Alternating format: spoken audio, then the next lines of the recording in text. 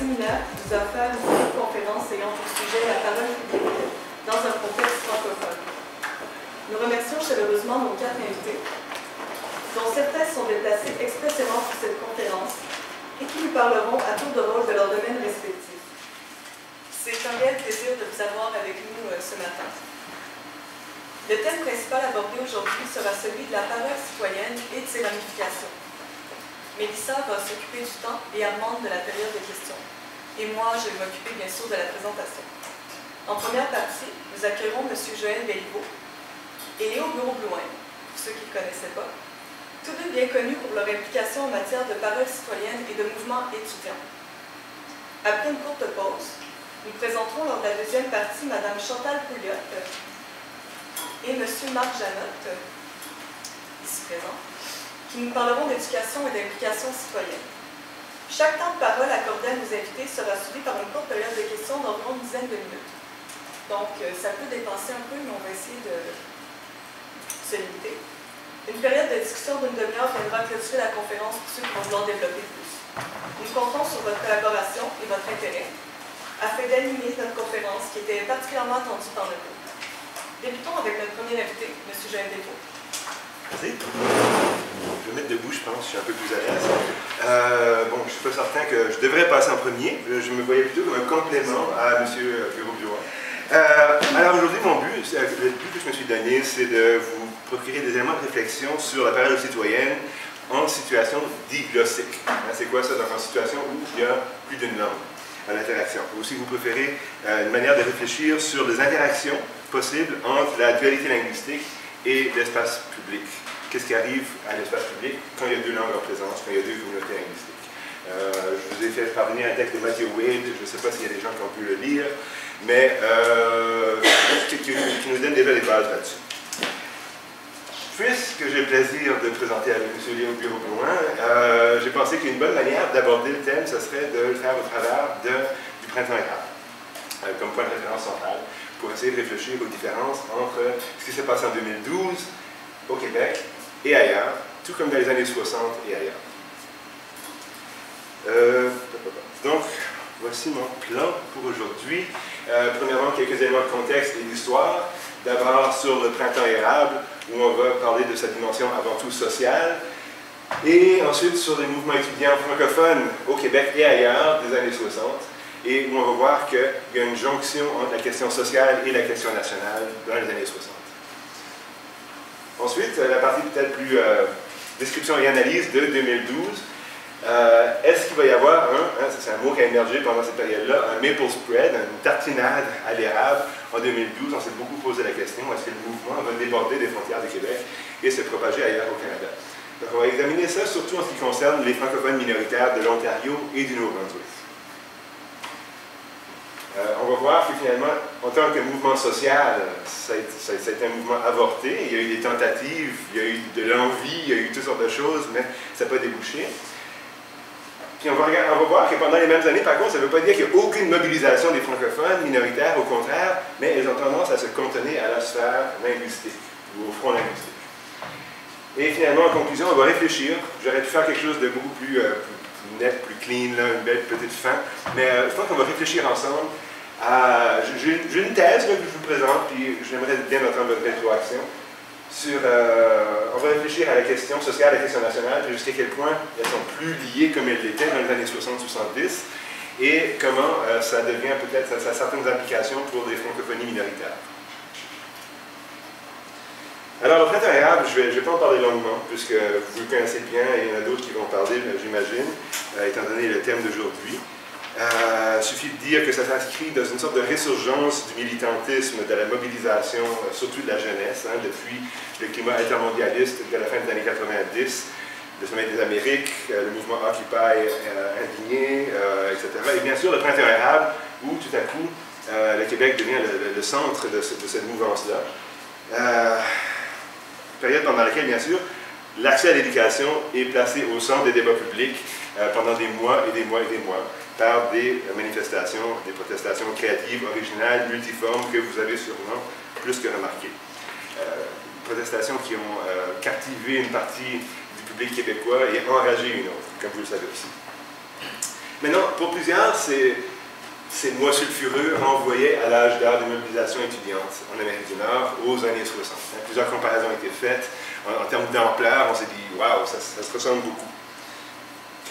Bien sûr, c'est vrai, dans les années 60, les mouvements étudiants ont été massifs et les mouvements étudiants demandaient des choses similaires, notamment l'accès à l'éducation et notamment aussi dans un contexte de construction, de parachèvement de l'État-providence. C'était un mouvement qui était intéressé au secteur universitaire, mais qui en plus s'inscrivait dans cette logique-là de construction de l'État-providence. C'est ce même modèle québécois d'État-providence-là que les étudiants de 2012 voulaient protéger.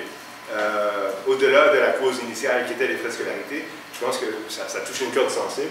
Et puis je pense qu'effectivement, il y a une réelle continuité à ce niveau-là. Je pense aussi que cette continuité-là, c'est une des raisons pourquoi il y a eu une aussi grande résonance du printemps érable auprès d'une bonne partie de la population québécoise. On sentait que le modèle québécois était en train d'être usé, une réforme à la fois, et puis que là, ça c'était la goutte qui faisait déborder le vase, il fallait défendre ça, sinon on s'en allait vers un autre modèle de société, plus néolibéral. Mais la continuité n'est pas parfaite selon moi, puis encore ici, j'aimerais avoir votre opinion. Une chose qui m'a marqué en tant que francophone qui était au Nouveau-Brunswick, qui était déjà à Sudbury à ce moment-là, en tout cas francophone minoritaire, c'était que c'était un mouvement social avant tout. Pour dire que c'est bon ou mauvais. En fait, ça ne me déplaisait pas du tout. Mais ce qui m'a frappé, c'était la relative absence d'un discours national là-dedans. Ça se concevait, ça se présentait, ça se vivait comme un mouvement social plutôt que national. C'est-à-dire que le débat était axé résolument sur l'axe gauche-droite, hein, bien sûr à gauche. La cible, c'était le gouvernement provincial. Le gouvernement fédéral était rarement dans l'équation. On n'a pas laissé le provincial utiliser le fédéral comme bouc émissaire. Sûrement qu'on n'était pas pro-fédéral, mais on se disait, écoutez, là, on ne veut pas entendre que c'est la faute d'ailleurs. Vous êtes en charge des finances publiques, vous pouvez faire des réformes à l'éducation. Alors, on ne va pas là. Hein. On veut une baisse des frais de scolarité, ou un gel des frais de scolarité, ou la gratuité scolaire, et puis c'est ça la seule question qui est en jeu ici. Et finalement, les drapeaux québécois étaient relativement rares. J'ai même lu des anecdotes de gens qui se promènent avec un drapeau québécois dans les manifestations, puis les gens disent, regarde, là, c'est pas une manifestation nationaliste ici, là. Porte un carré rouge, porte un drapeau rouge, fais quelque chose, mais le drapeau, c'est so-so. Mais non, je dis pas qu'il n'y a pas plusieurs personnes qui n'ont pas vu ça comme une sorte de manifestation de la différence québécoise. Je suis certain que oui, je suis certain que beaucoup de personnes l'ont vécu comme ça, mais c'est pas ça qui structurait le mouvement, selon moi. Maintenant, regardons ce qui se passe dans les années 60. Donc, les mouvements étudiants, vous aurez deviné, là où je vais arriver, c'est qu'il y a une différence importante. Dans les années 60, ce rapport national, entre le social et le national, est beaucoup plus flou, beaucoup plus mixte. Le mouvement des années 60, donc en 68, il y a bien sûr eu des grèves importantes dans les cégeps. En 69, il y a eu une énorme mobilisation autour d'un McGill français. Donc, ça a été une partie importante de la Révolution tranquille. C'est imbriqué dans le tissu de la Révolution tranquille. C'est un virage culturel assez important, comme vous le savez. Mais un double virage, hein, en direction des valeurs de gauche, socialistes ou social-démocrates selon les sensibilités. Les grèves de 68 s'inscrivent là-dedans, par exemple. Donc, on veut des bonnes universités, on veut une éducation de qualité, on veut la gratuité. Donc, la question sociale était là. Mais la question nationale, comme vous le savez, était là. C'était aussi les premières années du Parti québécois. L'énorme mobilisation pour un McGill français en 69, c'était une question de reprendre quelque chose que les anglophones avaient et qui devrait appartenir aux francophones. Je ne vais pas m'éterniser là-dessus parce que je sais que je suis minoritaire. Mais pourquoi cette jonction-là? Parce que dans les années 60, dans ce climat des années 60, dans ce climat unique, le progressisme a été lié à la question de la libération nationale, au travers du discours des penseurs de la décolonisation. En même temps que la décolonisation des pays d'Afrique, tout à coup, le nationalisme est vu comme une force progressiste. Alors que jusqu'à ce moment-là, au Canada français, c'était vu comme une force conservatrice, hein, conserver nos traditions, notre Église, nos cultures, etc. Donc, les années 60, un basculement important, le nationalisme comme force de libération. Alors, tout à coup, ça se marie très bien à la gauche, et c'est comme ça qu'on vit les événements. C'est à la fois une mobilisation vers la gauche et vers la libération nationale. donc à la fois national et... Qu'est-ce qui se passe à ce moment-là en Acadie et en Ontario français? Bien, somme toute, c'est extrêmement similaire. De manière peut-être un peu plus frappante en Acadie, mais aussi en Ontario, si on considère les développements des années 70, le nationalisme va changer d'identité, va se faire carrément en rupture avec la droite, rupture avec l'Église, surtout en Acadie, et surtout, on utilise le vocabulaire des droits et de la libération, et du droit à l'autonomie, du droit à l'émancipation, au droit à l'épanouissement. Donc c'est un nationalisme de gauche et qui est utilisé pour militer pour des causes de gauche. Chose fait intéressante à noter, ce n'est pas des simples imitations de ce qui se passe au Québec. Les événements en janvier 68 en Acadie, ça en foi, je n'ai pas le temps d'élaborer ici, mais je viens de publier un livre là-dessus si ça vous intéresse. Vous pourrez aller voir, petite plug. Sont à la fois plus grosses proportionnellement que les événements au Québec et arrivent 8 mois avant, en février 68. Donc ce n'est pas une imitation, mais le même mariage de la question nationale et de la question sociale. Maintenant, 2012, qu'est-ce qu'il y en est? Est-ce qu'il va y avoir un Maple Spread? Eh bien, ça semblait être en phase d'arrivée. Il y avait des conditions prometteuses. D'une part, les frais de scolarité sont extrêmement élevés en Ontario, au Nouveau-Brunswick. Première place et deuxième place au Canada. Deuxièmement, les frais de scolarité augmentent aussi très rapidement partout au Canada, comme vous pouvez le voir dans la colonne de droite. Troisièmement, il y avait des débuts, des remous. Un jour national de protestation organisé en février, autour du slogan réduisez les frais. L'Association étudiante de l'Université d'Ottawa a donné explicitement son appui à l'AC au Québec. À Moncton, on va occuper les campus pendant une journée comme symbole de l'accès limité à l'éducation. À Sudbury, on va organiser un mouvement Casserole Sudbury qui organise des marches de solidarité avec le Québec et qui peut apporter des revendications. Donc c'était bien parti. Mais ultimement, ça ne décolle pas. Le feu ne prend pas d'ampleur. Le 1er février à Ottawa, il y a 250 personnes qui manifestent sur un total de 40 000 étudiants. C'est 0,6% de la population. Donc la rotonde se demande, le Québec se révolte, où est l'Ontario? Beaucoup de comparaisons, on se dit, mais quel est le problème? Donc là, on se met à la recherche des responsables. Il y a deux causes qui sont avancées. D'abord, on se demande, est-ce que ça se peut que c'est à cause qu'on a des leaders payés et carriéristes? On compare le salaire des gens qui sont dans l'exécutif des associations étudiantes, on se dit, regardez, à l'AC ici, on ne se fait pas payer. C'est un mouvement hyper démocratique, et puis ça a mobilisé les foules. Alors qu'à l'Université d'Ottawa, le président se fait payer 32 000 $ par an. C'est pratiquement un job. Est-ce que quelqu'un qui est payé 32 000 $ par an alors qu'il est étudiant est capable de lancer un mouvement social? Donc, cause numéro 1. Cause numéro 2, différence culturelle fondamentale entre le Québec et le reste du Canada, et le ROC. Donc, on voit une citation ici. Les deux solitudes n'ont jamais semblé plus distinctes l'une de l'autre que ce printemps dernier. Blablabla. Pendant que les Ontariens faisaient rouler l'économie en achetant des publicités dans l'autobus en tentant de faire vendre leur campagne à bas les frais, comme un vulgaire produit, les étudiants québécois secouaient profondément leur peuple. Alors, pendant l'été, on se réorganise. Des organisations, je vais les compter 4, de nouvelles organisations juste en Ontario qui se veulent près de la base, les grassroots, pour aller mobiliser les étudiants d'une manière plus démocratique. Puis on commence à espérer pour une grève générale à l'automne. Est-ce que ça va arriver? Comme vous le savez, non. Déception. Donc les espoirs sont dégonflés à l'automne.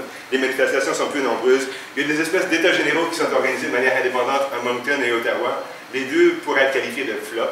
À Moncton, il y a pas mal de gens, une belle discussion, mais aucun suivi. À Ottawa, il y a 30 personnes qui vont discuter de la question de l'accès à l'éducation. Donc, de part et d'autre de l'Outaouais, on arrive à des verdicts similaires. Ça doit être une question culturelle. Il y a une plus grande acceptation de l'idée de l'éducation comme produit en Ontario, etc., etc. Maintenant, c'est là que j'arrive à ma thèse. Je pense qu'il y a beaucoup de vrai là-dedans, dans les différences culturelles entre le Québec francophone et peut-être le reste du Canada anglophone. Il faudrait creuser la question, c'est pas mon domaine. Mais en ce qui concerne les francophones minoritaires, on a vu, ils ont une tradition. Gabriel Nadeau-Dubois disait ben, il y a une culture, une tradition de la manifestation qui serait présente au Québec, qui ne serait pas présente ailleurs. Mais on a vu qu'il y avait cette tradition-là en Acadie et en Ontario français. On utilisait le même type de rhétorique dans les années 60. Alors, je ne pense pas qu'on peut attribuer la différence à des différentes cultures.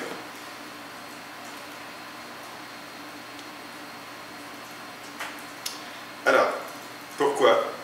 Pourquoi c'est pas arrivé en 2012? Je pense qu'on peut trouver un indice dans une citation qui vient de la présidente de la Fédération étudiante du Centre universitaire de Moncton, Joëlle Martin, disant aussi, nous souhaitons du changement. L'éducation doit devenir un enjeu de société. Est-ce que quelque chose empêcherait les francophones de parler d'enjeux de société en 2012? Alors, vous êtes en train de vous dire, les francophones en Québec, ils ne bougent pas, ils ne font rien. En fait, pendant les mêmes années, il y a des mobilisations intéressantes. D'une part, mais tout sur le front linguistique. On ne va pas s'éterniser là-dessus, mais à la fois dans le sud-est du Nouveau-Brunswick et dans l'est de l'Ontario, il y a pour la première fois de l'histoire des arrêtés municipaux qui exigent, merci, la signalisation bilingue avec le français qui vient en premier dans certains cas. Vous êtes en train de vous dire bilingue, c'est... Dans le paysage linguistique du sud-est du Nouveau-Brunswick et de l'est ontarien, c'est une nette avancée. Le français est là, il est en premier. Ça, c'est avec des mobilisations assez importantes qui ont été menées par des jeunes dans les deux cas. Des mouvements de 4000 signatures sur des pétitions, occupation constante des médias. C'était assez impressionnant. Autre développement au niveau du postsecondaire en français. À Moncton, il y a eu une velléité de rendre l'Université de Moncton légèrement bilingue, surtout dans les cours du soir. Les étudiants ont mobilisé tout de suite. Le projet a été tué dans l'œuf. En Ontario, de manière encore plus importante, tu as le REFO, le regroupement des étudiants franco-ontariens, qui milite pour l'obtention d'une université franco-ontarienne, entre autres, ou une meilleure offre de programmes en français en Ontario, et qui vraiment mène une campagne depuis 2 ans, sont souvent dans les médias, ont obtenu certains succès, des promesses partielles dans les discours du front. Donc, oui, il y a de la mobilisation, mais sur les questions linguistiques seulement. Alors, pour conclure, je réfléchis tout haut, là, mais je me demande, est-ce que ça a quelque chose à voir avec la disjonction entre la question sociale et la question nationale aujourd'hui? Je me dis, on constate qu'au Québec, pendant le printemps érable, on n'a pas vu un langage de la libération nationale. C'était un mouvement fermement axé vers la gauche. Donc, premier indice, peut-être que c'est parce que ce discours-là n'opère plus, ne marche plus. Ça ne vaut pas la peine de l'utiliser au Québec. On va se concentrer sur les vraies affaires, mais pas les vraies affaires des autres. Deuxièmement, deuxième élément de preuve, l'absence d'un tartinage érable ou de maple spread jusque dans les francophonies minoritaires voisines. Est-ce que c'est un autre signe que le lien entre la gauche et la formation de groupes culturels, ce lien-là qui a été créé par les discours anticoloniaux des années 60, ne sont plus opérationnels dans le monde contemporain? Dans les années 60, on pouvait justifier des demandes de groupes minoritaires simplement en disant c'est nécessaire à l'épanouissement de nos groupes. Et ça portait assez de légitimité pour que la majorité réagisse et concède, même si elle ne comprenait pas tout. Même si, en fait, il y avait encore les deux solitudes, mais le discours de l'émancipation nationale était très fort. Pendant la marche sur le McGill français, il y a eu des centaines, voire des milliers d'anglophones qui ont manifesté à côté des francophones en disant « c'est vrai, franchement, on se sent mal, on les colonise depuis 100 ans, hein, ils méritent McGill, donnons-leur McGill ». C'est pas tous les anglophones qui pensaient comme ça, mais juste le fait qu'il y en avait des centaines, c'était un symptôme de ça, de la force du discours de la libération nationale. On a vu des choses semblables aux États-Unis vis-à-vis des Noirs américains, par exemple.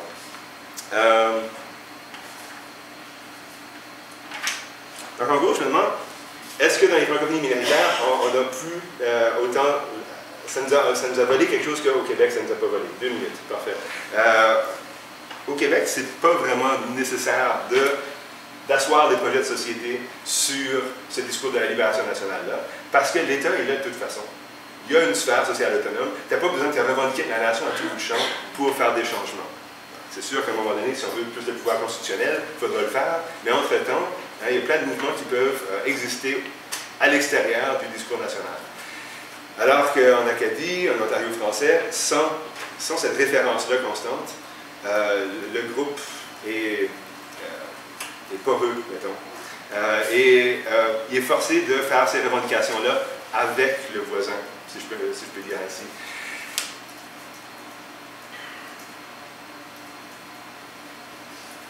Alors, voilà.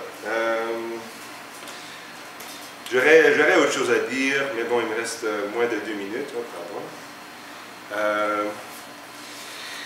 Je trouve qu'il y a comme... En tout cas, moi, je regarde l'Ontario français, je regarde le Nouveau-Brunswick francophone, je vois deux scénarios différents, mais dans les deux cas, une incapacité de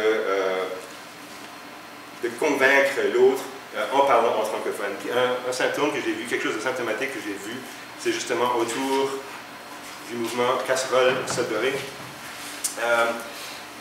L'année avant le printemps érable, il y a un webzine. Comment je fais pour mettre ça en bas à gauche? Ah, ouais.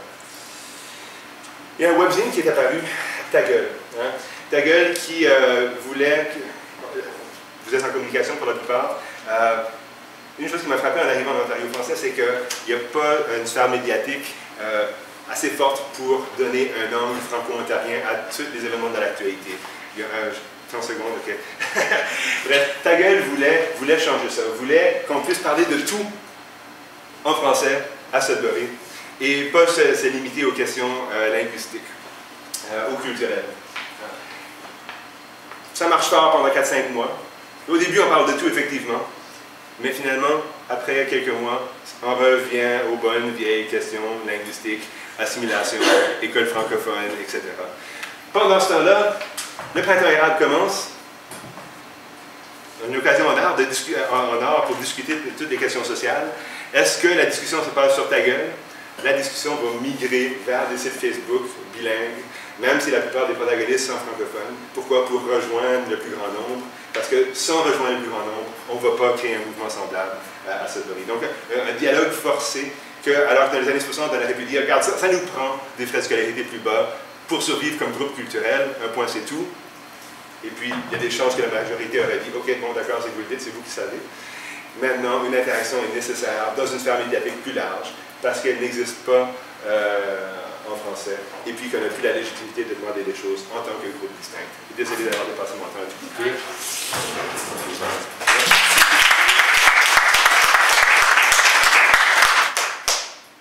Écoutez, c'était vraiment excellent. Je pense que M. Béliveau éclaircit des points qui étaient restés un peu de côté là, avec le brassage médiatique autour du printemps érable. Il nous a attiré aussi vers d'autres enjeux historiques qui ne sont pas nécessairement très connus. Donc, si vous voulez le questionner, vous avez 10 minutes et plus. Allez-y. Donc, je prendrai la série de questions et puis je vous demanderai d'être assez précis dans vos questions pour qu'on puisse enrichir le débat. Je pense que nous avons 10 minutes d'intervention pour, et Mélissa nous fera signe lorsqu'on pourra passer à la deuxième intervention. Oui. Merci beaucoup de la présentation. La dernière diapo m'a interpellée. Ta Gueule, pour un mouvement qui est axé sur la discussion publique, dans le fond, c'est comme écoutez-nous, je ne sais pas si c'est comme c'est Ta Gueule, ferme-toi, mais finalement c'est la discussion publique qui peut se veut un enjeu. Le nom Ta Gueule, c'est qu'il y avait eu, vous rappelez-vous l'époque des babillards, avant Facebook, là, des babillards communautaires. Il y avait eu un babillard communautaire qui avait été créé par des ados et qui s'appelait Ta Gueule, qui avait été fermé comme tous les babillards avec la montée de Facebook. Et ce sont ces mêmes ados-là devenus, ils étaient des jeunes adultes, environ 25-30 ans, qui ont créé le webzine et ils n'ont pas pu résister de reprendre leur vieux nom Ta Gueule. Mais si on dit que ça c'est l'extrait de leur manifeste, dans le fond, c'est quand même une invitation à la discussion. Nous ne sommes pas toujours d'accord, mais nous aurons une discussion publique à la hauteur de la complexité de notre milieu.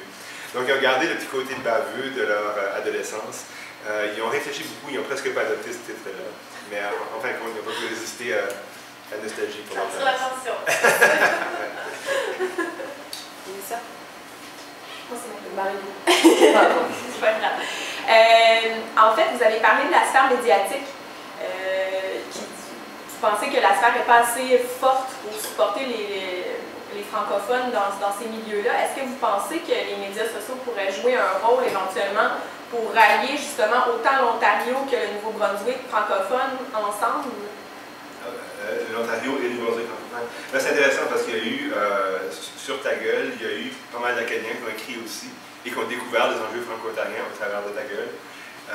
Et puis, ils ont même fait un site similaire qui s'appelle Astar, où il y a eu quelques échanges avec franco-ontariens aussi. Donc, c'est sûr que je pense que, mine de rien, même si on est dans une situation très similaire, on se connaît mal, on se connaît très mal encore, mais je pense qu'on lit certainement plus ce genre de publications-là qu'on lisait les journaux. Il y a très peu d'Acadiens qui lisent Le Droit d'Ottawa, puis il y a très peu de franco-ontariens qui lisent l'Acadie nouvelle. Puis juste rapidement sur la question de la sphère publique, j'ai manqué de temps à la fin, j'aurais peut-être dû mettre plus d'accent là-dessus parce que vous êtes en communication, mais l'historien en moi a un peu plus mon papier de parler des années 60, etc. Mais la situation est un peu différente au Nouveau-Brunswick, où il y a une sphère médiatique francophone indépendante plus forte parce qu'il y a un quotidien. Donc il y a vraiment un discours francophone sur tous les enjeux, c'est vraiment un prisme. Moi je lis l'Acadie nouvelle, puis je trouve que c'est toujours soit le prisme français-anglais ou le prisme nord-sud, le nord moins développé que le sud. Au point où parfois c'est fatigant. Donc il y a ce discours-là. Mais comme vous aurez pu le voir dans le texte de Mathieu Wade, malgré tout, c'est pas très opérationnel quand ça vient le temps de convaincre nos voisins. On se convainc entre nous. Ça c'est un article qui parle de la campagne pour la publicité, l'affichage bilingue obligatoire. Une quasi-unanimité du côté francophone, mais dans les médias anglophones, on ne lit pas les médias francophones. Et donc, les enjeux ne passent pas, c'est un dialogue de sourds complet. Alors, qu'on s'intègre dans la sphère médiatique anglophone, comme on le fait presque exclusivement à Sudbury, ou qu'on joue sur les deux tableaux, comme on fait à Moncton, le discours ne passe pas, parce que cette légitimité n'est plus là, comme elle était reconnue. Dans les années 70, on se pliait presque en quatre, on disait qu'est-ce que les francophones veulent. C'était risqué de dire non. Maintenant, c'est plus risqué, il faut convaincre à nouveau. Puis là, pour convaincre, il faut interagir avec eux. Madame Martin? Juste un tout petit commentaire, parce qu'il y a beaucoup de questions. Je retiens de ce que vous dites qu'il semble y avoir effectivement une espèce de cadrage médiatique qui ne vous a pas beaucoup aidé. Les médias sociaux, c'est bon, ça circule, mais les grands médias, les médias traditionnels, contrairement à ce qui s'est passé au Québec, où ils ont donné, avouons-le, une visibilité. Il y a un échange entre les médias sociaux, les médias traditionnels. Ma thèse à moi, c'est qu'il faut que ça se maintienne un ou l'autre, c'est pas suffisant.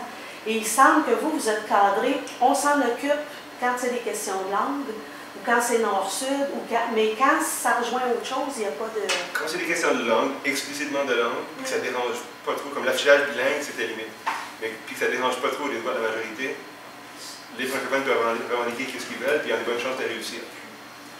Mais pour d'autres questions, il faut convaincre, il faut jouer sur le terrain de la majorité.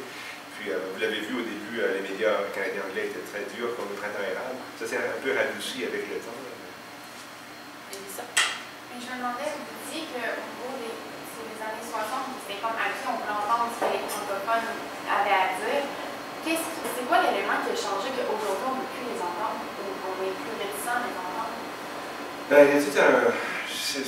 C'est tout le contexte du néolibéralisme, finalement. Je veux dire, dans les années 70, c'est encore la fin des 30 glorieuses, périodes de prospérité incroyable, où on était encore des moyens. Juste avant la crise, à partir des années 70, on se doute que ça va aller de moins en moins bien. À partir de la récession de 81, là, on revient un peu aux vraies affaires. Puis là, depuis ce temps-là, c'est en dedans d'ici, au Québec, comme ailleurs.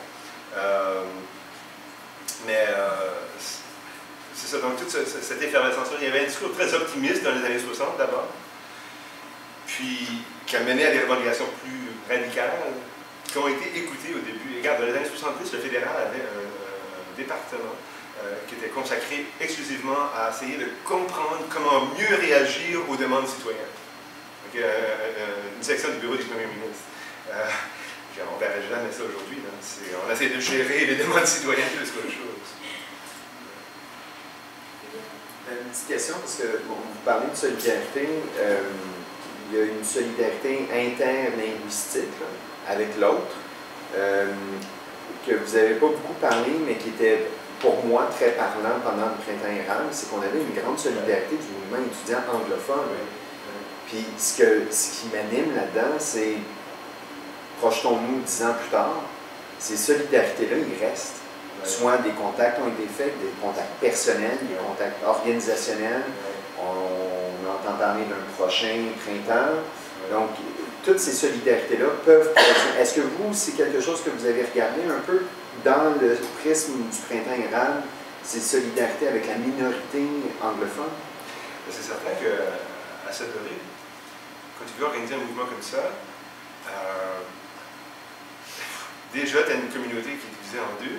Si tu te limites aux 27% de gens qui sont de langue maternelle française, tu en connais des progressistes anglophones qui sont juste à côté, qui sont probablement parmi les gens les plus probables que ça soit possible de recruter.